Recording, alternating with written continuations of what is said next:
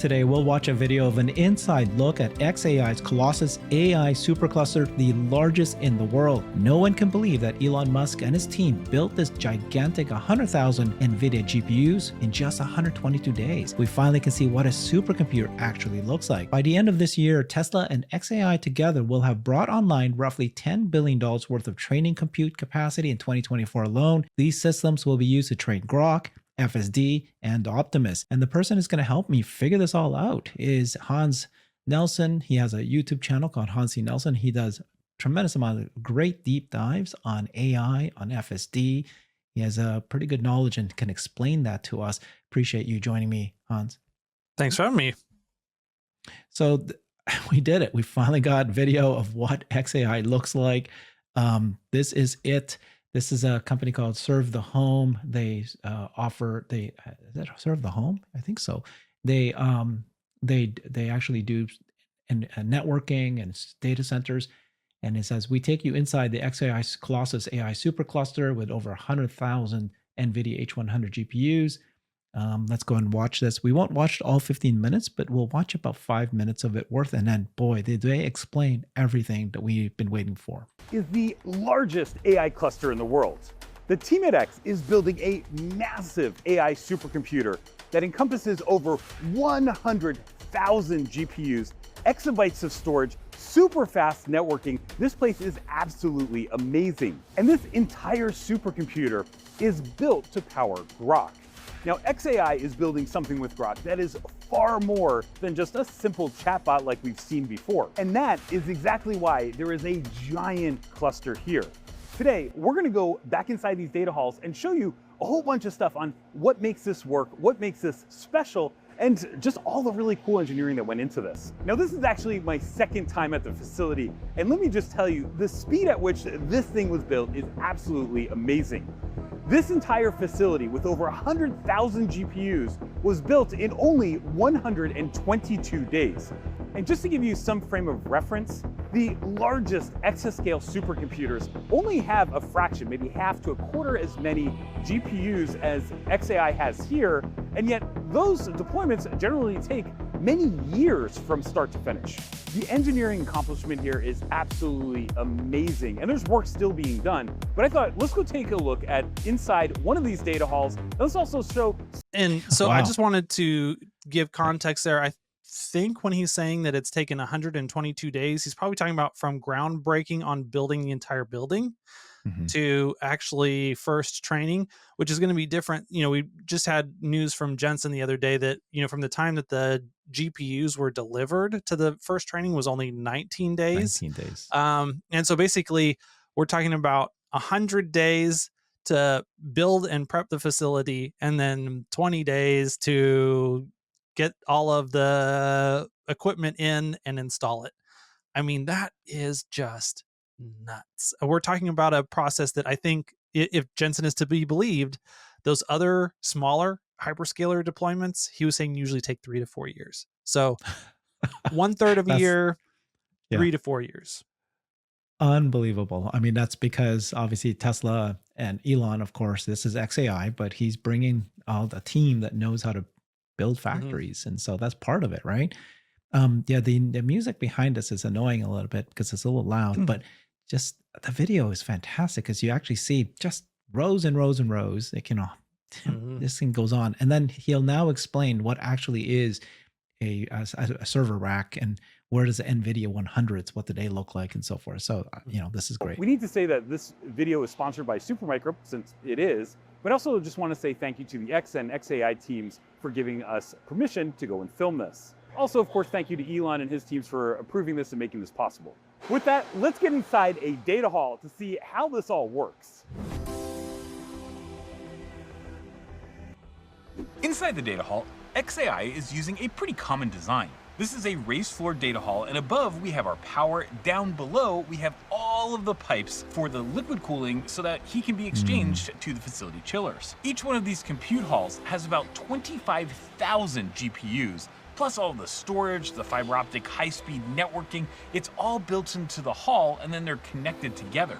The connections to each data hall are basically the fiber optic cables, the liquid cooling and plumbing for the water, and then there's also just a bunch of power delivery that's super cool.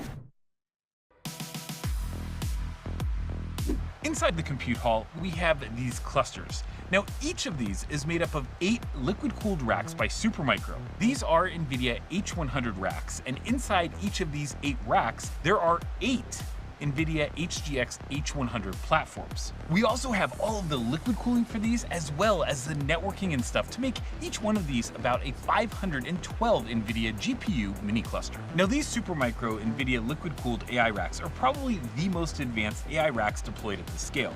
And I'm going to show you exactly why right here. So what you're going to see is that each of these racks has a total of 8 Nvidia HGX H100 systems. So we have a total of 64 GPUs per rack. Now in the top section, we have the Supermicro Nvidia HGX H100. Each one of these HGX H100s has a lot of the components that are really important in these systems, like the 8 Nvidia H100 or Hopper GPUs. Plus, there's also Nvidia and NVLink switches, and all of that is on the baseboard. Now, one of the really defining things of the Supermicro platform versus some of the others in the market is that you can actually go in and pull this top section out. You can see the little levers here. They would probably get really mad if I did this, but we have other videos where I've done that, and even on these liquid-cooled systems. And that leaves the bottom tray. The bottom tray has things like our CPUs, which are fast x86 CPUs, as well as our large PCIe switches. Just to give you some frame of reference on how advanced these are, all of that is only in 4U of rack space, and it's all serviceable just on trays. There are other options from Supermicro and others in the industry that are 6U or 8U for a similar style system, and there are options in the market that simply don't have this kind of accessibility and serviceability, which is why these things, even though they're very compact, they're also extremely advanced and easily serviceable. Now on the front of this, you're definitely going to see the fact that there are all these little tubes and they go through this little bar. This little bar is what is called a manifold, and so we have a 1U manifold for each of these systems. That 1U manifold is how we connect our liquid cooling. Now, all of these little tubes are in pairs. We have both a blue and a red tube that comes out of each of these. So inside these tubes, there are 2 different liquid cooling blocks. And as you might imagine, the cooler liquid goes into the server in the blue side and then out of the server on the red side. And that is brought to the manifold that's here, and it goes back to the overall rack manifolds that are in the back of. Wow. Okay. So now we see exactly how big this is, how they're connected together. And the part I didn't realize, obviously I understood that it was supposed to be liquid cooled because of the heat that is generated. I didn't realize that it was like all these tubes going through every single CPU unit, GPU unit, and then they're all connected together. No wonder you need these massive cooling systems and the energy that's required to power this. So it's one thing to install this. It's another thing to actually have a full facility to do the energy requirements and then the heat and then dissipate the heat. This is massive. What's your thoughts? Yeah, that's exactly why they have that massive cooling fan at Tesla for the Cortex cluster that they're setting up. I'm not sure exactly what they're doing, with all of this heat from the liquid cooled Colossus cluster, but I'm sure that they have, they've got to have something similar as far as overall heat capacity. So one of the things to point out here is that SMCI is one of the key suppliers that is making Colossus possible, and not only making it possible, but also making the speed that they were able to deploy Colossus possible. And this is, not to reduce the incredible accomplishment that xAI has been able to achieve. Like no one else who's using SMCI has been able to achieve this type of result is in terms of speed. But SMCI is a cool player, and a lot of people I'm sure who are, deeply knowledgeable in the industry would, this is something that I understand somewhat, but I don't understand well. So yeah, if I get it wrong, go ahead and message me on X, and I'm very curious to learn more. But what my understanding of SMCI is that they have a direct relationship with Nvidia, and that they develop the infrastructure around the actual chips. And so, that liquid cooling system, I honestly don't know if that is a liquid cooling system that is developed by Nvidia or if that is actually developed by SMCI. or if it is developed by xAI. My guess is that that 1U liquid cooling piece that goes in between each of those systems is probably developed by SMCI. And because it integrates perfectly, if not, the fact that they have this very standardized these racks where you can actually put everything that is very modular. All of this makes it a lot faster to get up and running with a system based on Nvidia hardware. And so Nvidia can ship the hardware directly to SMCI. SMCI can integrate it into their stuff, and then they can ship it into a customer. And so a lot of the work to actually get this cluster up and running has been at least streamlined and reduced once it arrives on site in Tennessee in this case. And this is one of SMCI's, core value adds. They provide the service for all the main, like their customers are going to be Microsoft Azure, Google, Amazon Web Services, these types of people. Those are going to be the big customers. Lots of other people are also going to be their customers, but they really specialize in these large data centers, and they'll work with other people are usually providing the chips, but SMCI is providing all this other infrastructure around it.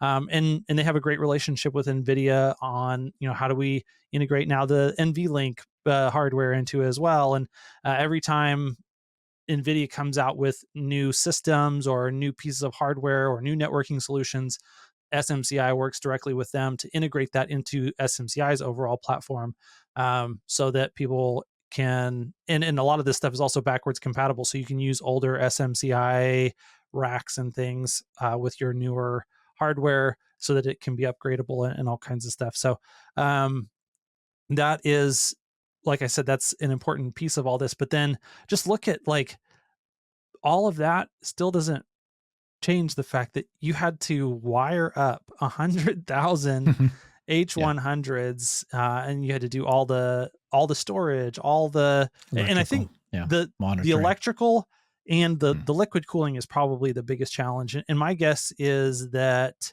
not my guess, it's an undoubtable fact. There has not been a liquid cooling system of this size and capacity and magnitude that's been set up for any other data center ever before.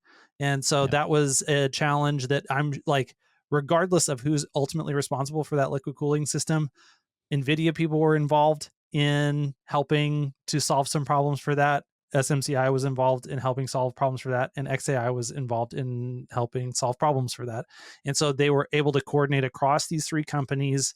And then I'm sure there were numerous other contractors that were also involved, these pipes and all of this stuff had to get built by contractors. And so the coordination, this thing is such a beast of a machine. This is probably the biggest brain that has ever been produced by humanity to date. It's about to double in size.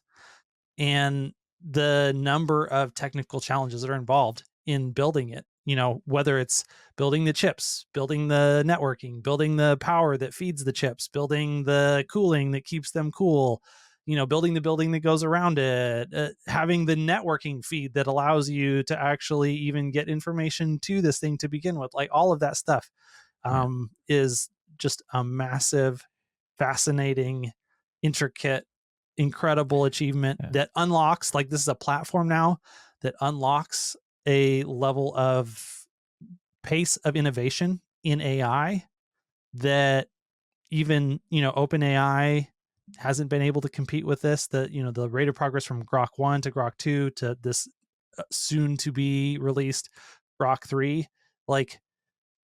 this accomplishment that we see in the data center translates into a rate of progress and speed of AI innovation for xAI that also is they can build data centers faster than other people, and they can make progress on solving AI problems faster than other people.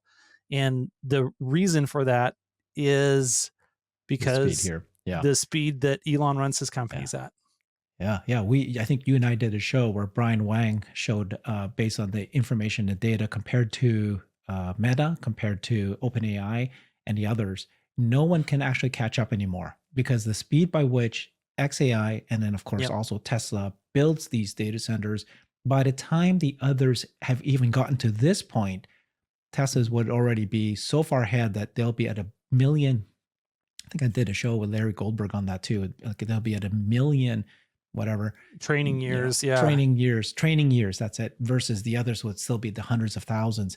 So this is this guy Uday Rudaraju, who works for xAI, said this video will be outdated in less than 2 months from now. Once we bring online an additional 100,000 GPUs, transforming it into a 200,000. So in just 2 months from now, it's going to bring online an additional 100,000. So that'll be 200,000. We at xAI, we construct AI supercomputing infrastructure faster and better than anyone else. Optimizing at every layer is crucial for this to be remotely possible. You'd be amazed what a small team can achieve. Join us. Elon said, soon to become a 200,000 H100, H200 training cluster in a single building. So again, this is the point. No one is even catching up to the 100,000. By the time they do, they're at 200,000. By the time they do, like you said, the speed by which they can do this is exponential, because if it takes you double the time it takes to do this, by that point you're doubling as you keep growing. And Sawyer pointed out that this will easily make it a $6 billion supercomputer, just xAI alone. And then in total, probably 10 billion if you include Tesla and what they're working on. And of course, Tesla also has Dojo. So these systems will be used to train Grok, FSD, and Optimus. And then they announced at the earnings call that Tesla said that they're already ahead of schedule for Tesla Cortex in Giga Texas. They already deployed 29,000 NVIDIA H100s, and will have 50,000 by the end of October, which is now, and 85,000 by the end of December.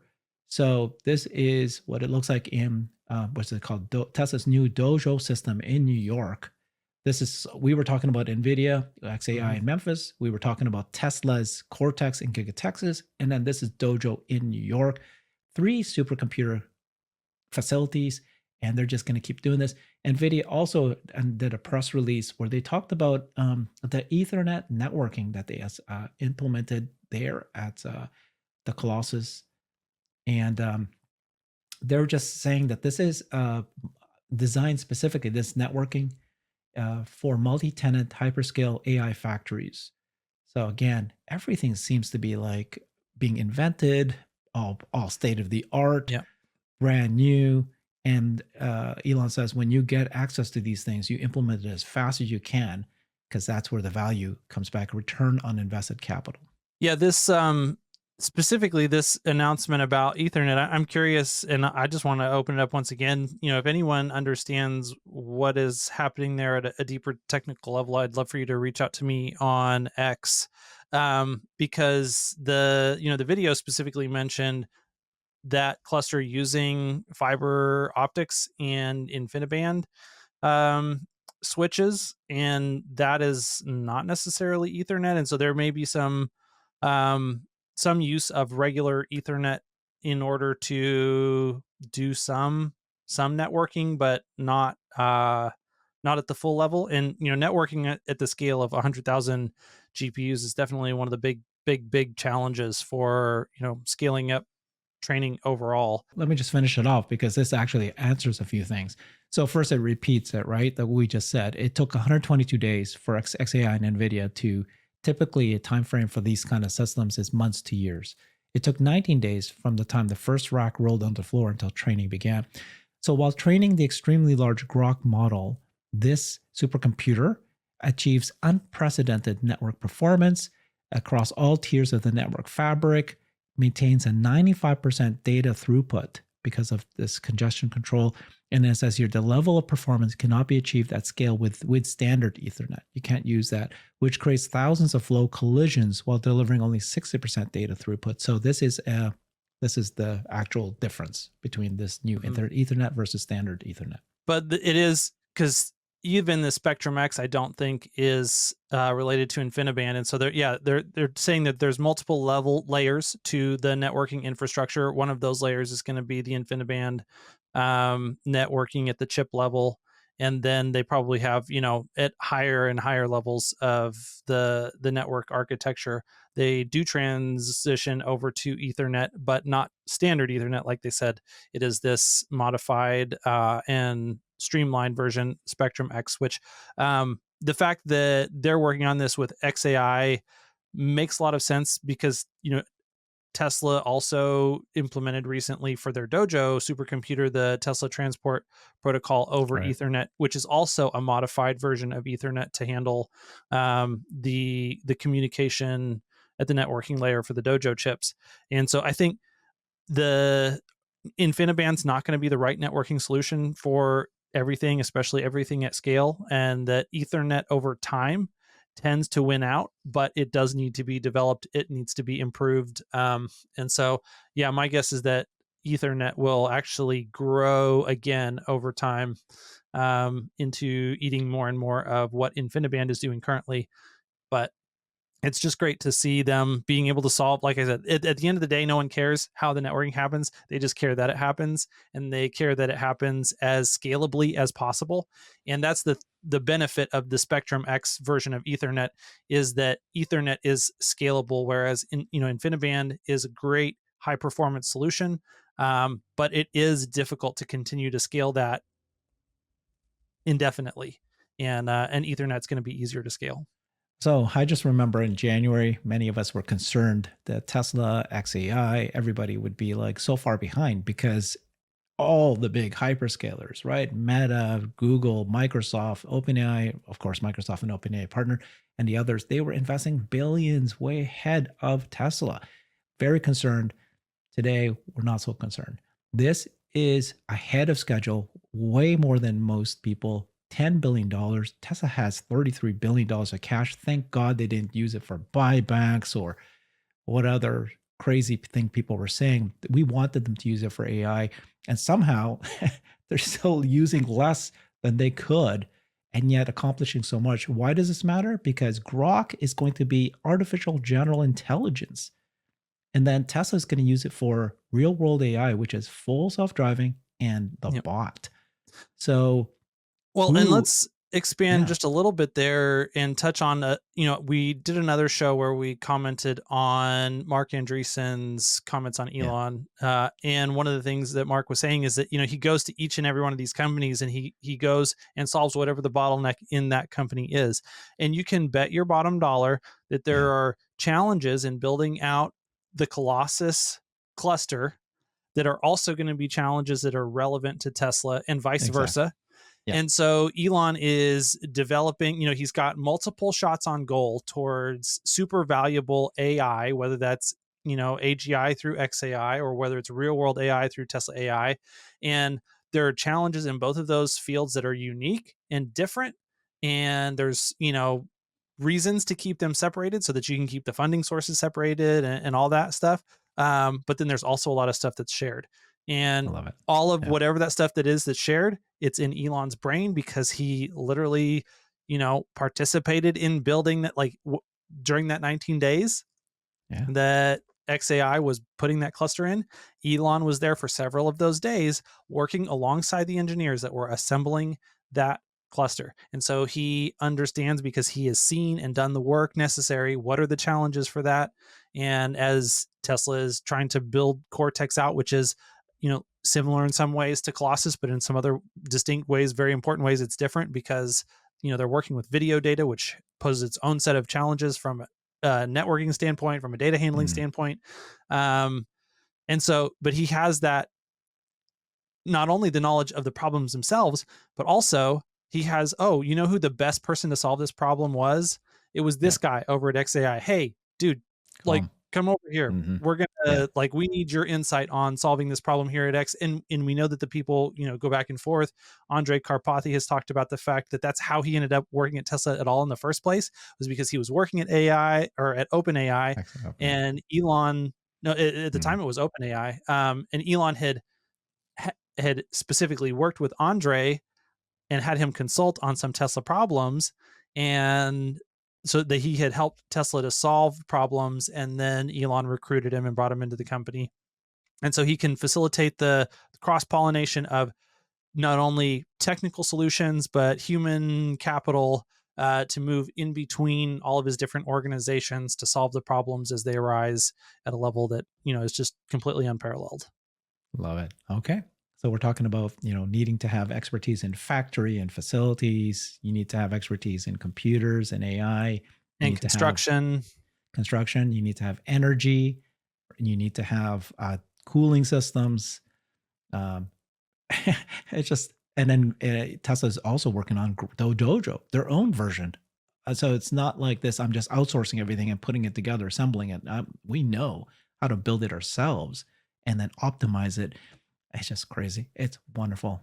Well, and I appreciate this. This isn't the first time that we've been through a process like this. We don't know if for sure whether Tesla will be able to outcompete Nvidia in, training hardware, but they started in this exact same position with Panasonic.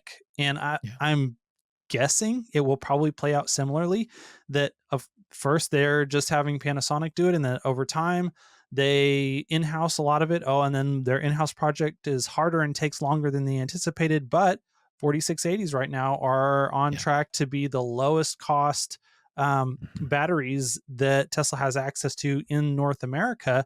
And I think Dojo could eventually be that. And it's this, but that doesn't mean that they won't they're still gonna, even though they're gonna have low cost 4680 batteries, they're still using Panasonic batteries. My guess is that even when Dojo is a super capable piece of AI training hardware, they'll still also be buying Nvidia chips and using those, because the market for, Tesla has a better ability to put those assets to use and generate revenue off of them. And their ability to do that says, okay, well, we can, whether it's our AI training hardware or Nvidia's AI training hardware, we've got so much demand for value added products that rely on those assets that we can afford to do both. And I think that that's probably what's going to happen here.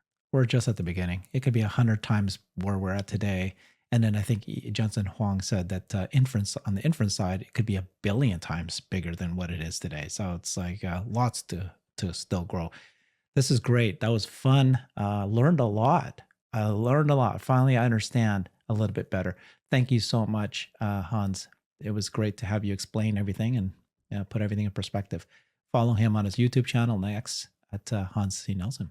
Thanks, everybody. I've created a website that is the most comprehensive resource for the Tesla investor. Please check it out. Simply go to my website at herbertong.com.